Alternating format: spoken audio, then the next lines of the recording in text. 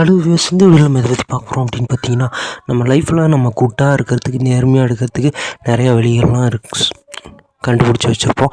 அதில் ஒன்று என்னென்னு பார்த்தீங்கன்னா, நார்மலாக நம்ம சும்மா இருக்கிறது தான். சும்மா இருந்துட்டு சும்மா நம்ம அன்றாட வேலைகள் பண்ணிகிட்டு எல்லாமே சும்மா தானே இருக்குது. அப்படி சும்மா அன்றாட வேலைகள் நம்ம பண்ணிகிட்ருக்கிறது தான் நார்மலான ஒரு விஷயமா இருக்கும். அதுதான் நமக்கு நல்லதும் கூட. அதே மாதிரி இன்னொரு விஷயம் இருக்குது. அது என்னென்னு பார்த்தீங்கன்னா, ஒரு அன்பு பாதையாக நம்ம ஒரு செயல்படுறதுக்கான ஒரு சின்ன ஐடியா தான். அது என்னென்னு பார்த்தீங்கன்னா, நம்ம கண்களை கெஞ்சற மாதிரி வச்சுக்கிறது. சும்மா பாருங்க, ஒரு பையன் கெஞ்சற மாதிரி இருக்கும், ரொம்ப சோகமாக இருக்கான், ஆனால் பார்த்தா பரிதாபமாக இருக்கும். ஒரு உயிர் அன்பாக வருது, அதுக்கு அன்பாக உங்ககிட்ட வருது ஒரு நாய்க்குட்டி, அதை அழகாக தடவி கொடுக்குறீங்க. அப்போ அந்த நாய் எவ்வளோ அன்பாக இருக்குது பாருங்கள். இந்த நாய் மேலே நமக்கு ஒரு பிரியம் வருது, இந்த நாயை நமக்கு பிடிச்சிருக்கு. அந்த ஒரு எண்ணம் தானே அன்பு.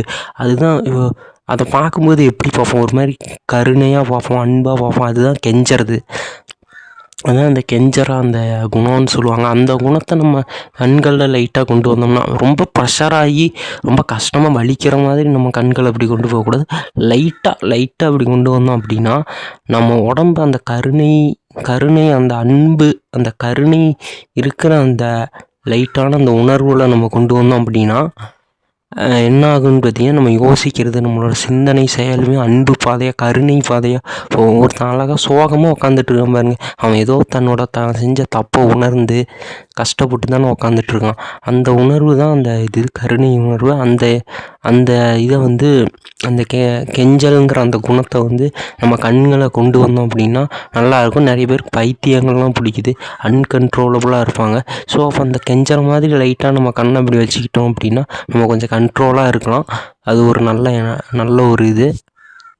நம்ம பெருசாக அந்த குணத்தில் கொண்டு வந்துட்டோம்னா நம்ம மூளை பெருசாக பார்த்திங்கன்னா அந்த குணத்தை மீறி பெருசாக எதுவும் யோசிக்காது. அந்த அன்பு, அந்த கெஞ்சற குணம், அந்த கருணை குணம், கருணைன்னு சொல்லுவாங்க, அந்த அன்புன்னு சொல்லுவாங்க.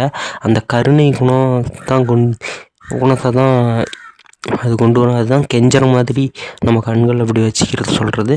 ஸோ அந்த மாதிரி நிறைய கார்ட்டூன்ஸ் கேரக்டர்ஸில் பார்த்திங்கன்னா இந்த மாதிரி கெஞ்சற மாதிரி தான் கண்களை வச்சு கொண்டு வராங்க. ஸோ அது ஏன் அப்படி கொண்டு வராங்க அப்படின்னு பார்த்தீங்கன்னா, எல்லாம் சும்மா இருக்கிற மாதிரி நம்மளும் சும்மா இருக்கிறது ஒரு டைப்பு.